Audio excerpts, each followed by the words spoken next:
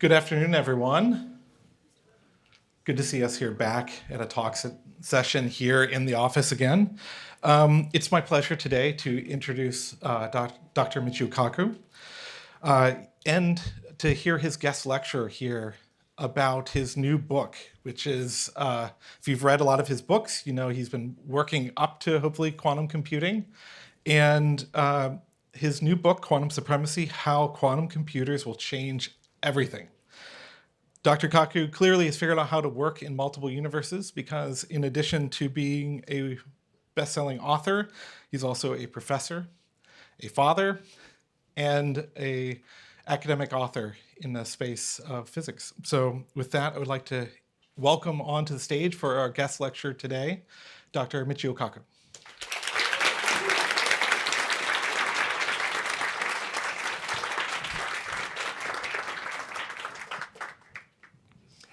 Well, after such a great introduction, I can't wait to hear the speaker myself.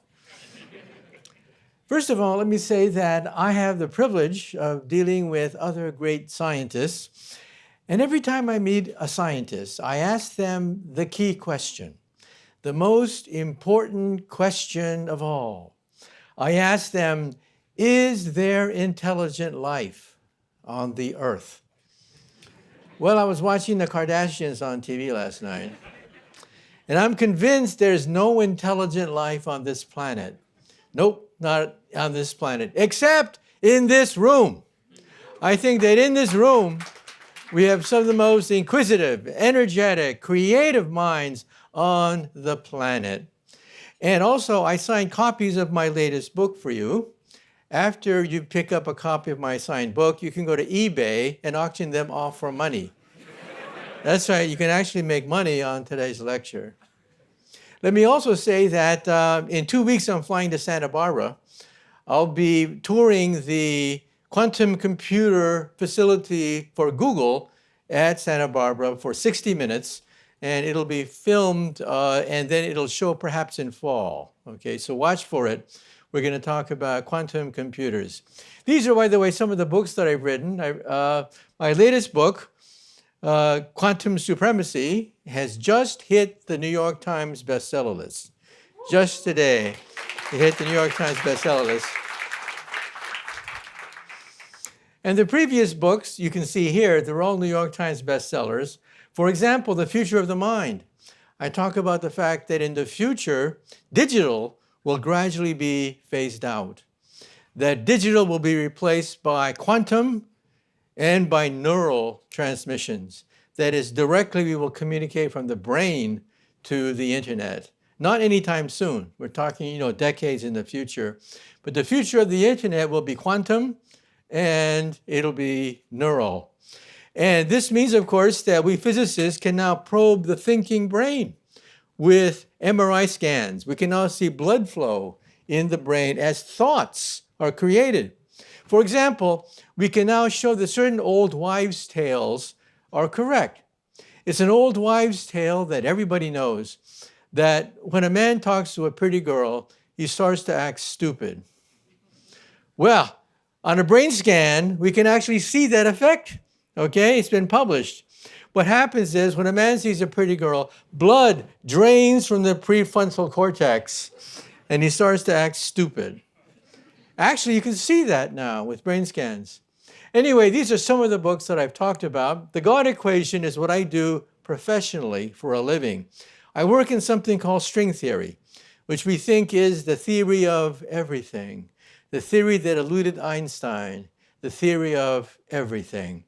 When I was 8 years old, something happened which changed my life entirely. When I was 8 years old, all the newspapers ran a picture of a scientist's desk. And the caption said, "A great scientist could not finish this book." So on the desk was a book, and it said, "The greatest scientist of our era could not finish this book." Well, I was fascinated. What could be so hard that a great scientist could not finish? Why didn't he ask his mother? Why didn't he go to the library and just look up the answer? So over the years, I would go to the library and I found out that this man's name was Albert Einstein. And that book was the unfinished theory of everything, an equation no more than 1 inch long that would allow us to, quote, read the mind of God. Well, we think today we have it. It's called string theory. I'm the co-founder of one of the main branches of string theory, string field theory, but it's too difficult to solve with the human mind. We have the equation, but the equations are so powerful, we cannot solve them analytically. So that's why I got interested in quantum computers, because quantum computers may be powerful enough to solve the theory of everything, to give us an understanding of why we had the Big Bang, why we have the universe, why are we here? We may be able to answer that question with a quantum computer. So let's now begin at the beginning. In the year 1901, in the Mediterranean Ocean, divers found a shipwreck that dated back 2,000 years into the past. And they found this thing on the left. It was encrusted with coral.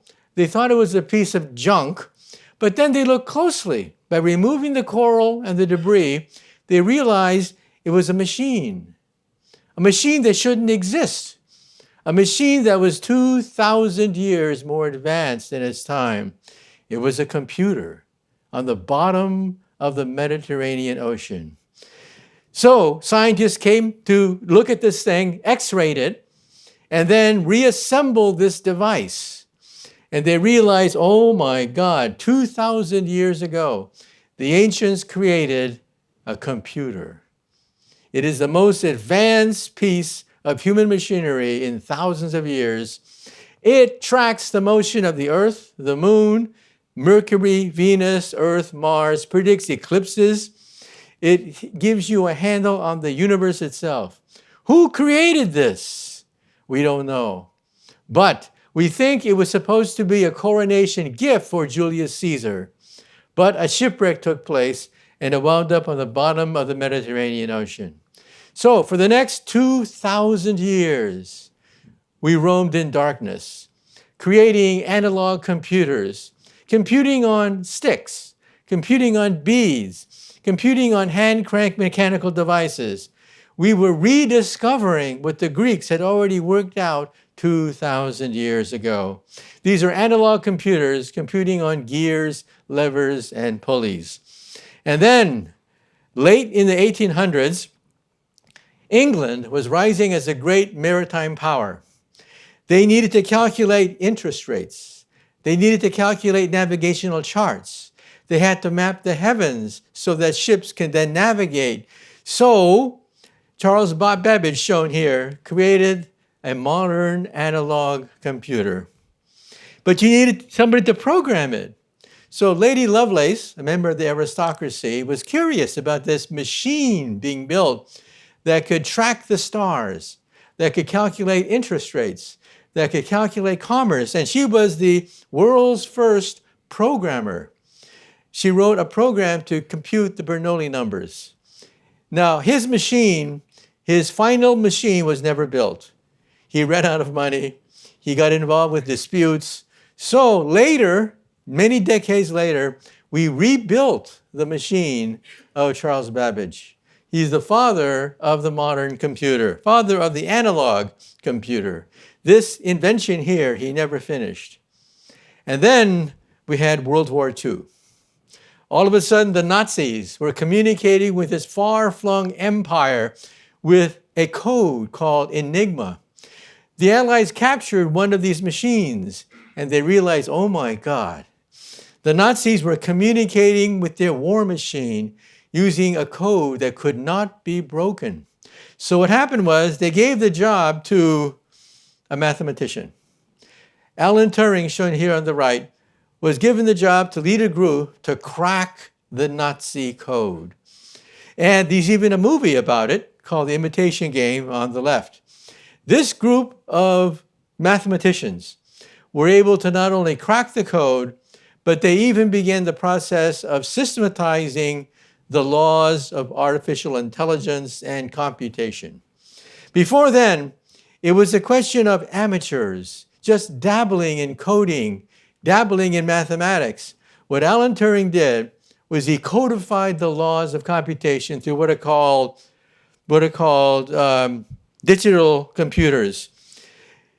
His Turing machine, shown here on the right, uses an infinitely long tape with zeros and ones, binary, with a processor shown in the middle, which takes a 0 and converts it to a 1 or another 0. And these rules on the left are the rules of computation. All of a sudden, this became rigorous mathematics. So Alan Turing is the father of artificial intelligence and the father of modern computation. And these are the machines that he built that cracked the Nazi code. Historians believe that he shortened the length of World War II by 2 years.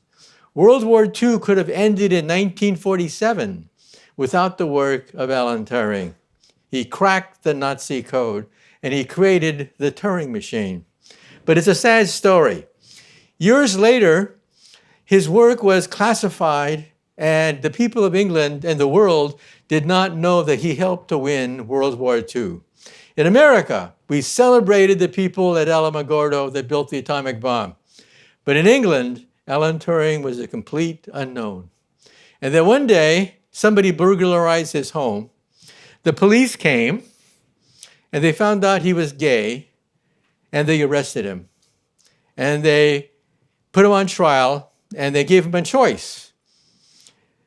One of the options was to be injected with sex hormones to basically feminize him. He grew breasts. He became very depressed as a consequence of these chemical treatments given to gay people who were gay, and he committed suicide. He drank some cyanide. Actually, he ate an apple laced with cyanide, took a bite out of it, and we think that's how he died. Some historians say that that is the symbol of Apple computers. That Apple computers, in some sense, could be dedicated, the symbol of Apple computers could be dedicated to the memory of Alan Turing, one of the greatest scientists of our time, the father of artificial intelligence, the father of modern computation, who invented the Turing machine, which is the basis of the second era of computation. The first era was analog computers, computing on sticks, computing on levers and pulleys and gears and turning the crank.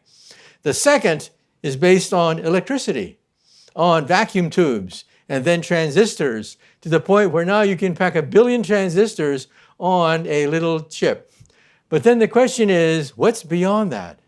What is beyond digital?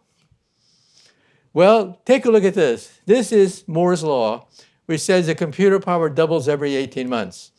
It's held, as you can see here, since World War II, and even before that.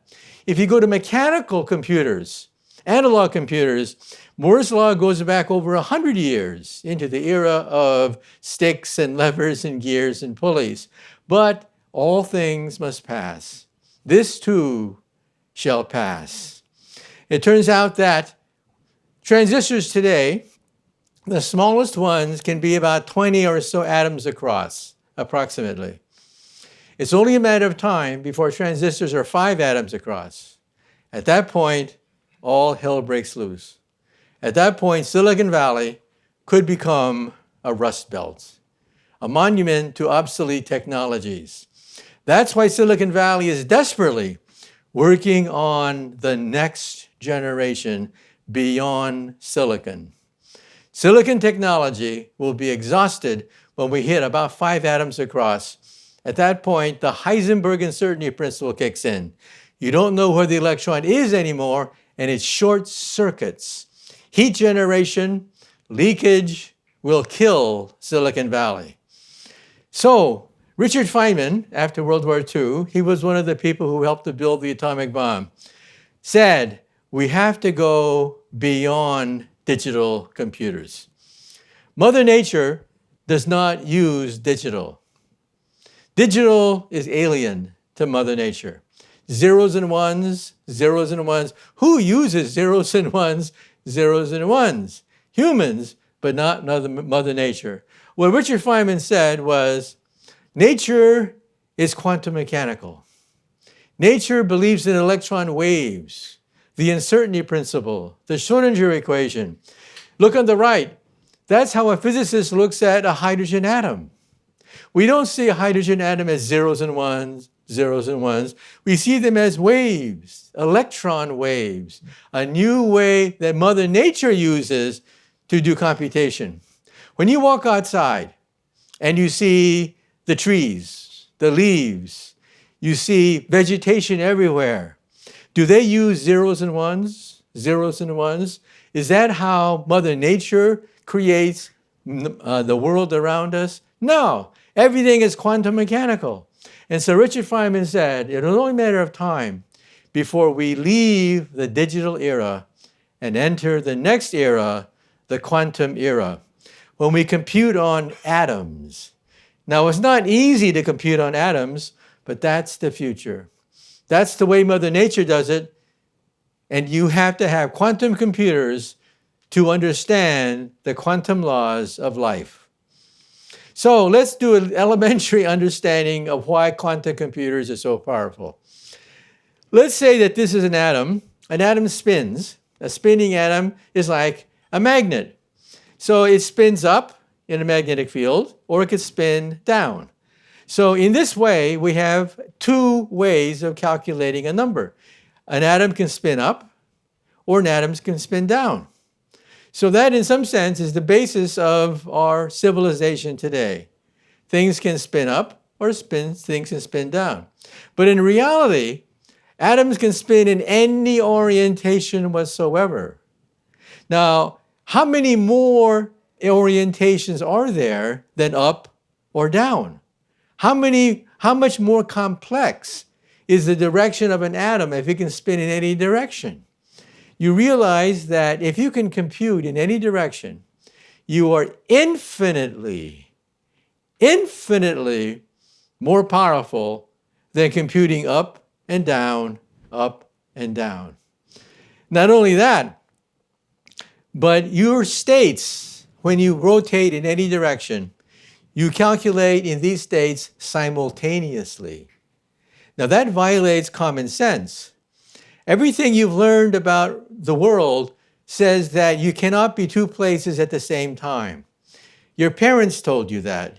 You cannot be two places at the same time. Well, we lied to you. Mother Nature is everywhere at the same time. Let's take a look at a maze. If a maze is digitized, a mouse on the upper left can make decisions to go left, right, to map out all possible paths through a maze. That's time-consuming. How many paths are there? There could be hundreds, thousands of paths in a simple maze that a mouse has to navigate. At each juncture, the mouse has to say left or right, left or right. And how many paths are there? Potentially hundreds, thousands of paths.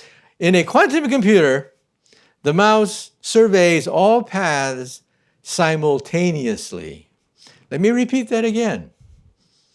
The mouse surveys all paths simultaneously to pick out the correct path. Now you may say to yourself, that's impossible. That violates common sense. Common sense says you go one at a time, one at a time. You mean to tell me that I can split in half? That I can be in many states at the same time? And the answer is, yeah, that's what we're talking about. You can be in multiple states at the same time. And that is the power of quantum computers. Not only that, but these atoms can talk to each other. This is called entanglement. And they can talk to each other faster than the speed of light. Of course, the information traveling faster than the speed of light is not usable information. But the usable information travels below the speed of light. And that is another reason why these computers are more powerful than any digital computer. Now, these things exist. We're not talking science fiction. And in fact, at the end of the month, I'm flying out to Santa Barbara for 60 minutes, and we're going to film. We're going to film the quantum computer that your company has built in Santa Barbara. This is just one of several different kinds of quantum computers. Why does it look like a chandelier? These are cooling pipes. These are not the quantum computer at all. This is not really the quantum computer. Look at the very bottom. That's where the quantum computer is. The quantum computer computes on an object about the size of a quarter. Okay, the whole assembly is like the size of a suitcase. Everything else is cooling pipes. Why? Because the slightest vibration, somebody sneezes in another room, somebody burps, a car backfires, and it could upset the calculation. Errors build up. And this is one of the reasons why this technology is not yet ready for prime time. But about 2 or 3 years ago, 2 groups created quantum supremacy. Quantum supremacy is the point at which a quantum computer exceeds the power of a digital computer. And that was reached by 2 groups, one in China and the other one, Google. Quantum supremacy has been attained for certain discrete calculations. Now, an all-purpose quantum computer that you can program does not yet exist, but that's the race. There's a race now between the Chinese, Google, IBM. There's a race between all the major players of Silicon Valley, realizing that this is, quote, the next big thing. And how do the Chinese do it? The Chinese do it not with electricity, not with electrons, but with light beams. Light beams are polarized. Light beams, like when you take sunglasses. Sunglasses have striations on them, let's say vertical striations, so that the only light that enters your eye vibrates up and down. Light that vibrates to the side does not enter your sunglass, and that's how sunglasses work. Well, that can be used to make a transistor, an optical transistor. And with an optical transistor, you can make a quantum computer. This is the Chinese quantum computer. It doesn't look like a chandelier. That's what the American version looks like. This is the Chinese version. Look carefully. What you see are mirrors. A mirror and a piece of glass can be a beam splitter. And what is a transistor? A transistor is a way, in some sense, to control the beams of electrons. Here, these are beams of light. And so the leaders in this race, there's a race in the leaders, and the race are one, the Chinese, and then in America, we have Google, IBM, Microsoft, everybody. Honeywell, you name it, everybody's jumping in the game. What's at stake? The world economy. The world economy today depends upon digital computers. They will eventually become obsolete. When, we can't say for sure, but Moore's law will eventually flatten out. It's beginning to flatten out already. You can see it. At Christmas time, Christmas presents are not twice as powerful as they were the previous Christmas.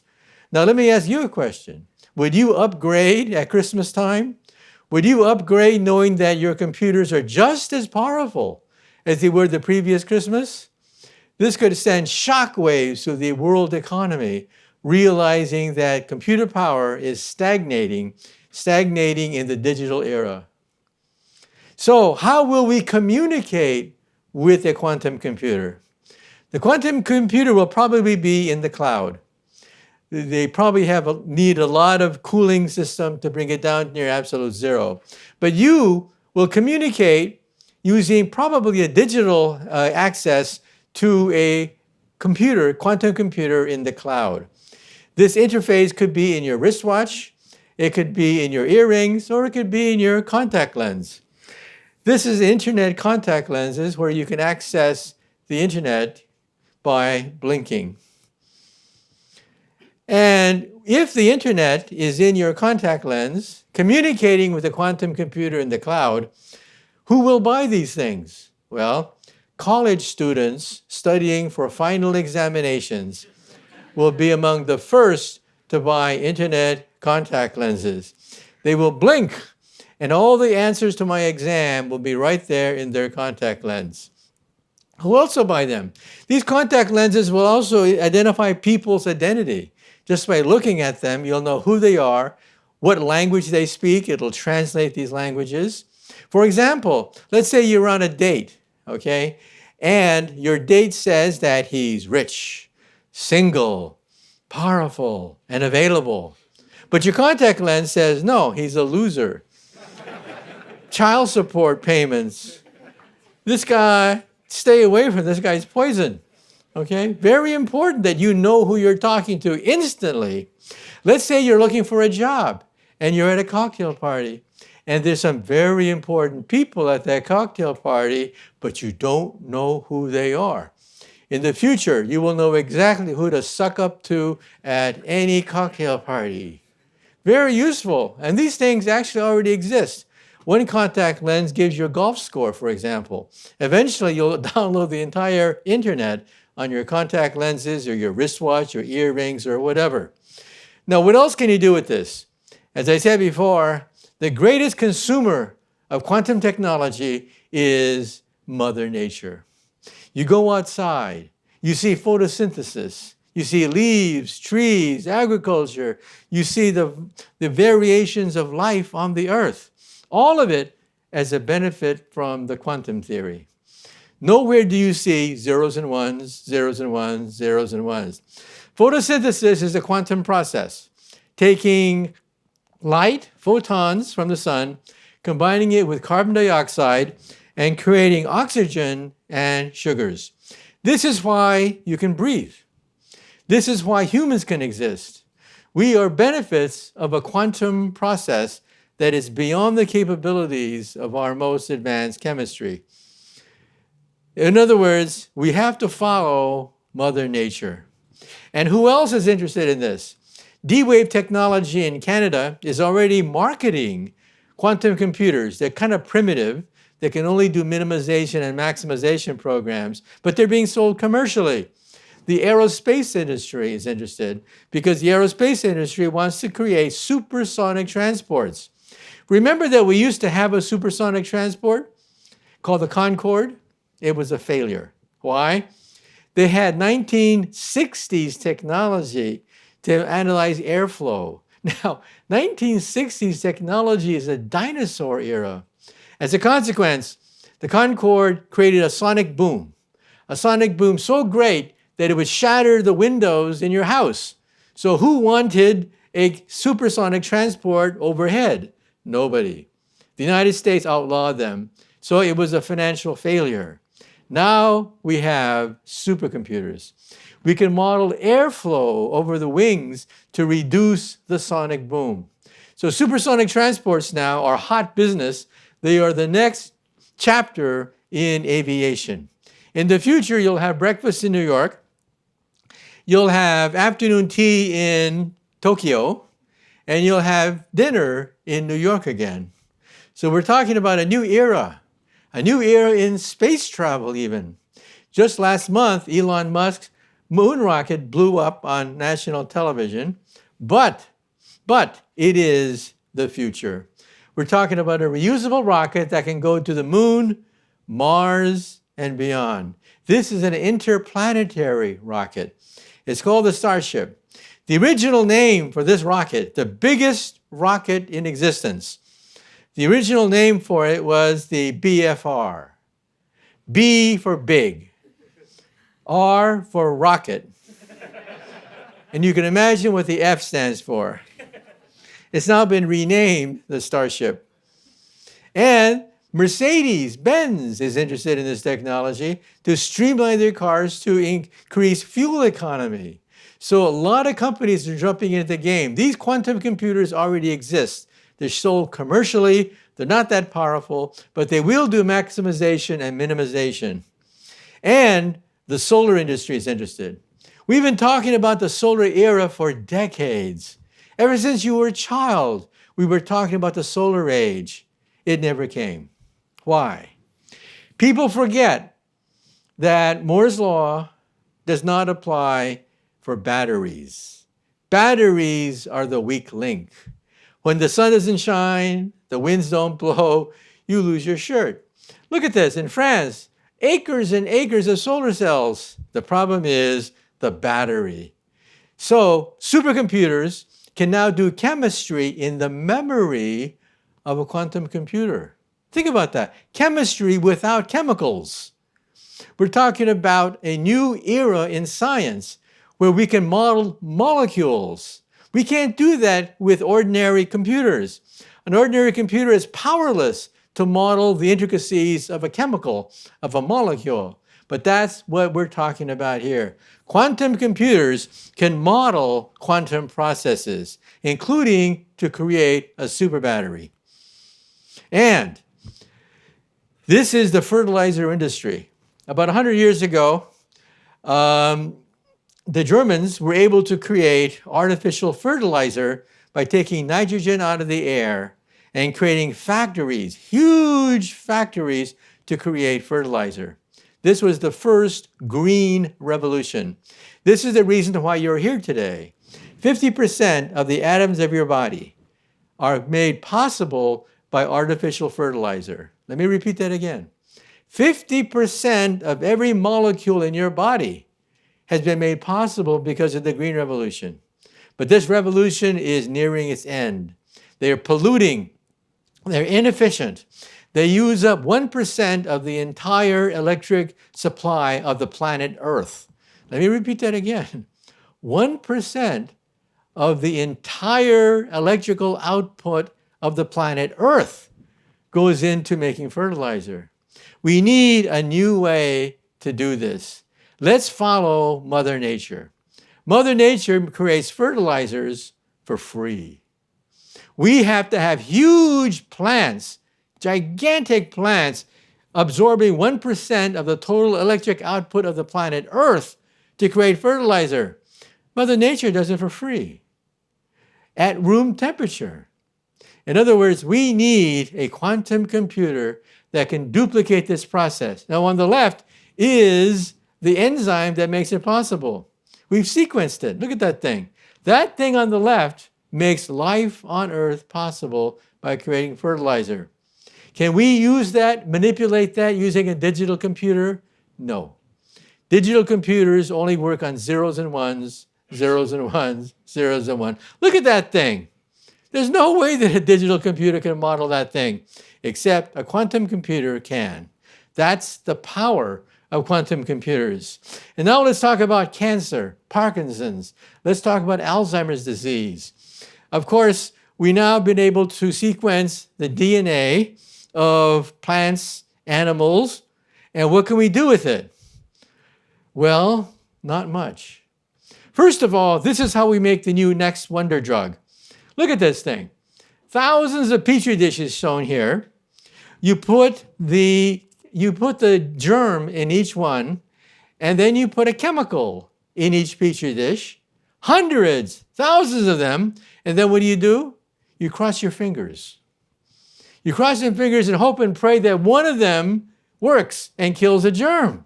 Now, think about it. This is stupid. I mean, there's no rhyme or reason to this. You just take all sorts of chemicals and then you apply them to germs and cross your fingers and hope that one of them kills the germs. This is how we make wonder drugs. That's why they cost $1 billion. It costs about $1 billion to market one wonder drug. This is how we do it. In the future, we'll do it in the memory of a quantum computer. The memory of a quantum computer will now do chemistry. Now, some people say, will this put chemists out of work? Well, chemists who do not use quantum computers will be out of a job. Chemists who do use quantum computers will thrive and they'll have jobs. That is the future of quantum computers, to be used as a tool for chemists, biologists. And look at Alzheimer's disease. Alzheimer's disease is incurable. And it means that people in their 80s, about 50% of them have dementia. I repeat, about 50% of those people in their 80s have some form of dementia and Alzheimer's. Why? Because of this. That's the protein that gums up the brain. Now we realize, using MRI and other chemical techniques, we now realize that this thing gums up the brain, causing Alzheimer's, but there are two types of this protein. One bends to the right, one bends to the left. It turns out the one that bends to the right kills you. That's why we have problems with Alzheimer's disease. That's why your parents may have dementia. But the one that bends to the left does not. You can have gum all over your brain, amyloid proteins in your brain, and be clear-minded. Why is that? It means there's not a one-to-one correspondence between the protein and Alzheimer's disease. Why? Because only one variety causes it. With quantum computers, in the future, we may be able to separate the left and the right, curing Alzheimer's disease, the disease of the century.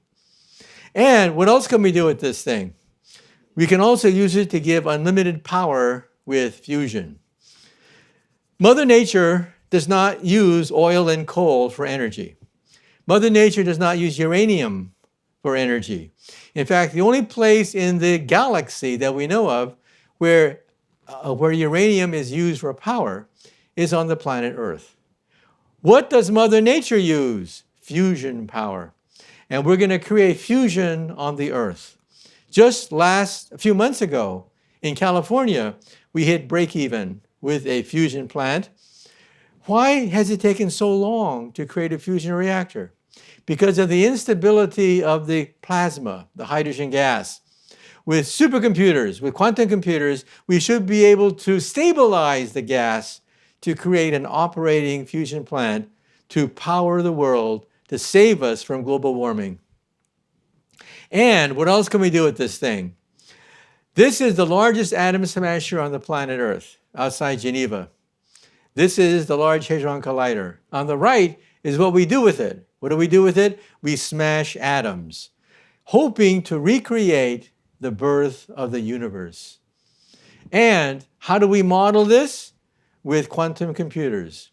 One of the first things we've done now is to put a quantum computer to analyze the right-hand side when two protons are smashed together in order to create a theory of the universe. In other words, the Big Bang, we think, shown here, will eventually be decoded by a quantum computer. And hopefully it'll answer the question, why are we here? As I said before, I work in string theory. This is the reason why I got interested in this. String theory is so powerful, but so complicated, that the human mind is incapable of solving it. We think maybe a quantum computer can solve this problem. And the aging process. Why do we have to die? Well, there's a second law of thermodynamics, which says that in a closed system, everything eventually gets old, falls apart, rusts, corrodes, and dies. In other words, it's a law of physics that you have to die. But there's a loophole. There's a loophole in the laws of physics. Notice that I said that the second law of thermodynamics says that in a closed system, all things must eventually fall apart. The key word is closed. In an open system, where you have energy from the outside, technology from the outside, you can, in principle, stop the aging process. We don't have to die. For example, in a car, where does aging take place in a car? Think about it for a moment. Where does aging take place in your car? The engine. Why is that? That's where you have oxidation. That's where you have combustion. That's where you have moving parts. The engine. Well, what is the engine of a cell? Mitochondria. You now know where aging takes place in your body. You now know why you will eventually die. And then the question is, can we go around the second law of thermodynamics with a quantum computer? By being able to correct the mistakes because of wear and tear. That's how we repair cars. Why can't we repair humans the way we repair cars? Well, maybe we can. And let's say a few things about cancer now. By the time you have a tumor, you go to the doctor, and the doctor says, it could be too late. By the time you have a tumor, you have over 1 billion cancer cells growing in your body. 1 billion cancer cells growing in your body. In the future, we will do it with a blood test. Already this year, for the first time in world history, for the first time, the FDA made it commercially available, a blood test that detects 50 different types of cancers. Let me repeat that again. Up to now, there was no way to tell whether you had cancer or not until you found a tumor or some obvious symptoms. And by then, sometimes it was too late. Now we have a blood test, a simple blood test that can pick up 50 different kinds of cancers. In the future, this will be hooked up to a quantum computer to detect hundreds, maybe thousands of different types of cancers growing in your body. And where will we hook it up to? Your toilet. Ladies and gentlemen, this could be the cure for cancer. Your toilet will pick up enzymes, proteins, cells from your body, from your bodily fluids, send them to a quantum computer that'll detect cancer and tell you that you have cancer maybe 10 years before a tumor forms. Ladies and gentlemen, this means that the word tumor may disappear from the human language. You know, we don't say bloodletting anymore. We don't say leeches anymore. That's an old technology that is shown to be obsolete. George Washington, the father of our country, how did he die? He was bled to death. Bled to death. We killed our president because of incorrect knowledge. In the future, your toilet will be your first line of defense. Every time you use it, it'll be picked up by a quantum computer and tell you, uh-oh, you have cancer. Do something. You have 10 years to do something. And who else is interested in this technology? The CIA. Anything this powerful, even though we don't have it commercially available yet, anything this powerful can break any known code. How do you break a code? Well, let's say I have a number that is 100 digits long, and I factorize it. I factorize it into two separate numbers. How long did it take for you to factorize an integer 100 digits long? It may take you a few centuries to do that. That's how we protect the crown jewels of our secrets, our nuclear codes, banking transactions, the crown jewels. How do we protect them? By factorizing long numbers. It takes centuries for a digital computer to perform this factorization process, unless, of course, you know the code in which you can break right in. A quantum computer can conceivably break into any known digital code. So who's interested in this? The CIA? I was in Russia a few years ago, speaking at a conference in Moscow, and yeah, the Russians are there too. They too realize the power of what a quantum computer can do. And let me now end on a few notes. First of all, how does it work? It works because of the fact that you can be two places at the same time. That is the power of quantum computers. Let's say I take an electron beam and shoot it through two slits. On the right-hand side is the interference pattern, because the electron beam will interfere with the other electrons to create a pattern on the far right. Okay? You got that? Now, let's shoot one electron through the double slit. What's on the other side? You think that it's just going to be one dot. One electron creates one dot, right? No. What you find is that each time you shoot the electron through the slit, an interference pattern shows up where it impacts on the screen. So in other words, the electron interferes with itself. Now, how can that be? How can you interfere with yourself? Because in some sense, there is a parallel world that you are interfering with. In other words, you are two places at the same time. This is the famous Schrodinger cat. A cat can be both dead and alive simultaneously. And this is the reason why quantum computers are so powerful. They compute in all possible realities simultaneously at the same time. And then the next question that everyone asks me is Elvis Presley still alive in a parallel universe? And the answer is, well, probably yes. There probably is a parallel universe where he's belting out hits still, because the universe splits in half, constantly splitting in half. Now, I'm going to wind up. I once asked the Nobel laureate to explain this in simple terms. Steve Weinberg said the following. Imagine your living room where radio waves from many countries fill your room. Radio Moscow, Havana, whatever, right? All these radio stations in your living room at the same time. But your radio only picks up one frequency. Why? It vibrates in unison only with one frequency, and that's why you hear only one station, not an infinite number of stations, one station. You got that? The wave vibrates in unison with your radio. Now replace the radio with electrons. All of a sudden, your living room is full of different types of atoms.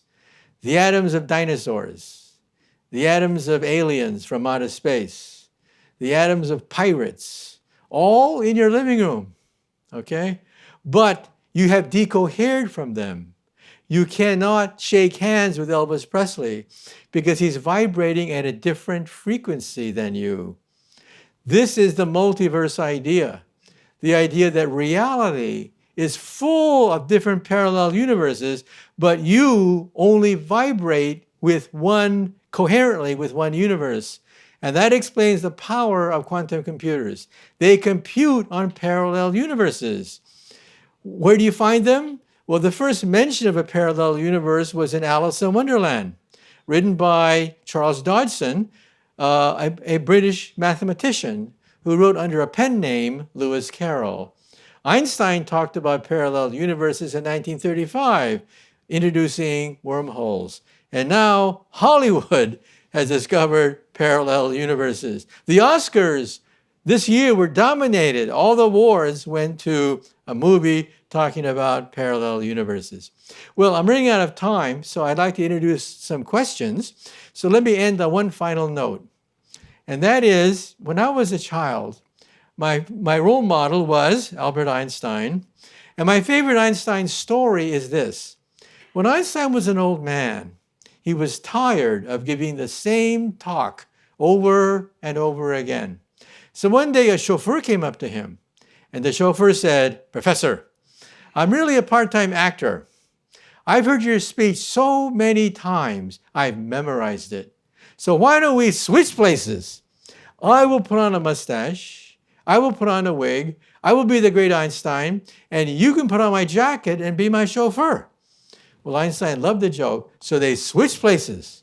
This went along famously until one day a mathematician in the back asked a very difficult question. And Einstein thought, oh, the game is up. But then the chauffeur said, "That question is so elementary that even my chauffeur here can answer it for you." Okay, thank you very much. I think we have time for a few questions. Thank you, Dr. Kaku. We have, I'll kick off a question or two here. First, we have microphones on both sides of the room. Feel free to hop up to there. We're on a short timeline, but we'll get to some audience questions here soon. Thank you very much. It's a inspiring view of the future. And so to kind of kick off some of our questions, we're all kind of on this plane of existence together with limited resources and time probably on Earth. For our practitioners and for folks in the quantum computing race, what would be your guidance on, focus? Do we try to focus in on the things that we know we have the largest impact in the short term by having not a general quantum computer, but more of a specific thing? Think like a GPU or TPU, like a very specific type of device, or should we go all in and go for the generalized quantum computer first? Well, I think we have to take a long-term view of this thing. that if you put a crash program on one specific thing, maybe you're putting your money on the wrong horse, okay? It's a horse race. Each horse is pushing a different mode of physics. The Chinese are using optical methods. We're using computer electron methods. But even then, there are different ways in which you can use electrons. And it's not clear which of the different horses will win. It's not clear at all because they're all quantum processes. How many quantum processes are there? An infinite number of them, if you think about it. So I think what you got to do is you got to hedge your bets. You got to realize that you got to put your money over a set of different kinds of technologies because it's not clear which one technology will survive. Each of these technologies is based on a quantum principle, but each of them has a potential defect. You saw the optical computer. The optical computer does not have to work at near absolute zero, which is great, but it's gangly. You saw how huge and how difficult it is to put all these mirrors in exactly the right alignment. So each of these methods has a plus and a minus, and it's still too early to determine which one will eventually win out. Okay. Got it. So not placing any bets yet. Yeah. Awesome. And then for the next generation of folks that are coming up, and I have children, I know you have children as well. We live in a world right now where there's a great plane, spectrum of depth in science. We have everything from something that might go out as a tweet today from someone who has an opinion, all the way to academic peer-reviewed papers. And you certainly have been able to build a career across the gamut there. What advice do you have for some of our Googlers working with social platforms and online knowledge systems? You know, how do we go and elicit the next generation of Dr. Kakus to arrive? Well, when we are in college, we specialize in a certain area. For me, it was quantum physics, for example. But then if you want to communicate with your mother, or you want to communicate with your girlfriend, boyfriend, or whatever, you just get these blank stares. We have to understand the language of people. We have to be able to communicate with them because their lives are going to be dependent upon it. And that's how a democracy works. A democracy works only if the people that are voting can make rational decisions. And just remember that our future will be dependent upon voting, a democracy, and politicians. And politicians, of course, would love to get their handle to pass all sorts of stupid regulations on things that are totally irrelevant, but of course make them look good and get them reelected. So I think that, for example, on the question of chatbots and things like that, I think it should be self-regulated rather than having politicians come in, which means that we have to talk to people in the language of people. So what I try to do is, instead of rattling off names, days, places, which go right over people's head, I try to talk about concepts and principles. And then you see that these principles are universal and they can be applied for many different purposes. For example, when I talk to biologists, I talk about evolution. One principle that explains so many different kinds of animals, right? And when I talk about, physics, I talk about, relativity, motion, talk about rocket ships, clocks, things that people understand. So we have to learn the language of people because they're the ones who determine our future because they're going to vote. They're going to vote to make sure that their interests are preserved. But if they don't know what their interests are, then we're in trouble. Great. Yeah, I think we can definitely get behind inclusive science and bringing everyone to the future together. And then last for me, before we go to our audience here, and my team, we have a tradition of giving our speakers a magic wand here at Google. So I'm handing you the Google magic wand. What would you prioritize for us to focus on? It can be in the quantum realm, it can be in the LLM world. What would you do if you could wave the Google magic wand and get us all working in a common direction? Well, I like to look at history, looking at technologies which dominate history. First was the Industrial Revolution in the 1800s. Then came the Electric Revolution. So we had dynamos and electricity and so on, and television, radio. Then we had the Computer Revolution, and now we're entering the artificial intelligence realm. So we have to educate people on artificial intelligence because that's going to dominate our life. It's going to dominate the market, the stock market. It's going to dominate culture.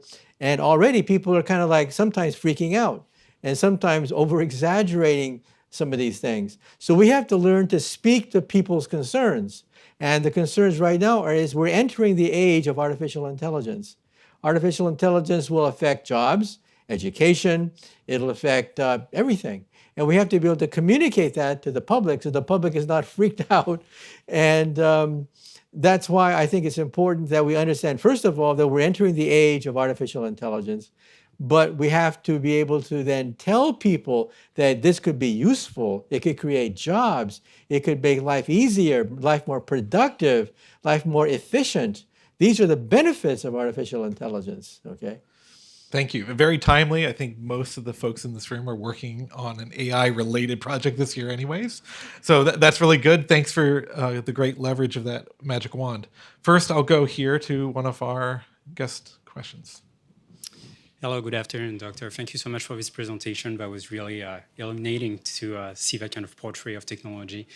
A lot of the things you described sounds really fantastic, and I really wish them to happen that way, to really make our lives better with minimal impact. However, I have to admit I'm a little bit concerned sometimes that technology, we tend to see all the good it could do, and we don't necessarily stop to look at all the externalities and the potential negative impact. For example, a lot of this technology, like those sensors in the bathroom detecting our health, that's great, but we're going to use semiconductors that are going to have a lot of environmental impact. So my question to you is, while all those things sounds great, do we necessarily have to try to maximize as much as we can technology, or would it be sometime better or wiser to take maybe like a pause and to wonder, it's not because we can do something as much as we can, maybe should we do it? Or maybe should we take a broader picture, a more middle way, to really benefit the greater good for most people, including all the aspects, including environmental impacts? Thank you. Well, I think we definitely have to look at the downside of technology, because if we don't, then the politicians come up and monkey around and really make a mess out of things. And that means self-regulation when technologies become too advanced.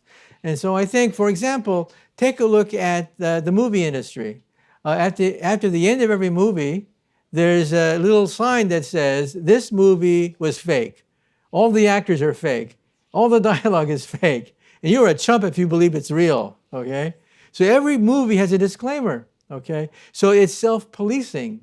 The industry does not want governments to police which movies are good, bad. They have a self-policing mechanism.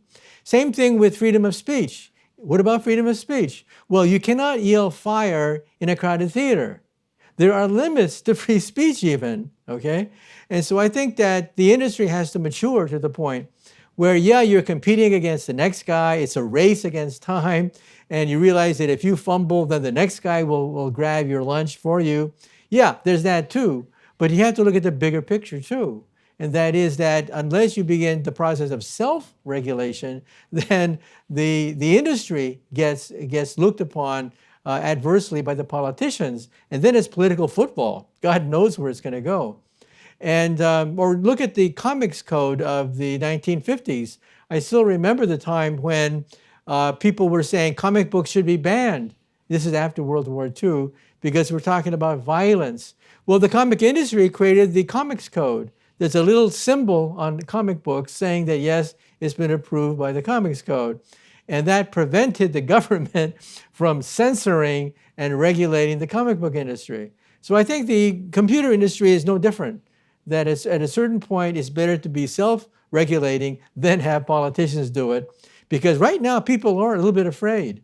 They're afraid about what the impact will be on their jobs, their children's education, stuff like that. And so I think we have to, put that to rest by having the industry self-regulate itself. And already some of the leaders of these companies are meeting with the president pretty soon, which I think is a good sign. A good sign, so it means that, yes, the industry is looking at the ethical, moral dimension as well. Thank you. Great. Thank you, Dr. Kaku. I know we have a lot of questions we'd like to ask you, but you have a very tight schedule today. Maybe one more question. One more? Yeah. Okay. Hi, I'd also like to thank you for coming out and speaking to us in person here. I have a question that is simple, but probably doesn't have a simple explanation. You mentioned that we kind of already have a theory of everything equation, but it's just too complicated to solve right now. what about it makes it too complicated to solve with our classical digital computers? Is it like a P versus NP type thing, or what about the complexity of it needs quantum computers? Well, the simplest problem with putting this theory of everything on a computer is that the theory of everything is not based on numbers. It's based on super numbers, Clifford algebras. You can Google it, and you realize that you know that super numbers cannot be easily programmed in a computer program. A computer uses ordinary digital numbers. 1 + 1 is 2, things like that. We use super numbers, Clifford algebras. And as a consequence, they cannot be put on a computer very well. So a computer would go bonkers trying to solve string theory. And that's what we want to do. We want to calculate our universe. Why are we here? Why do we have stars, galaxies? Why? It could have been something else. I mean, for example, in some universes, protons are not stable. If protons are not stable, then everything collapses into a mist of electrons and neutrinos. But here we are with stable protons. It's very difficult to get a stable proton. We've tried very hard. So far, nobody has been able to show that a theory of everything gives you a stable proton. In other words, reality itself should dissolve in most scenarios.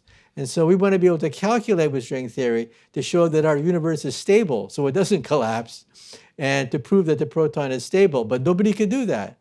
In fact, if any of you ever figure out why protons are stable, tell me first. And we'll split the Nobel Prize, you and me. Okay, I have to go. Knowingly or not, I think you just put down the gauntlet here in a room full of smart engineers. So thank you for that. Thank you for joining us today. And congratulations on your book's success already. We're looking forward to having you back here soon. Okay. Thank you, Dr. Kaku. Right. That's it.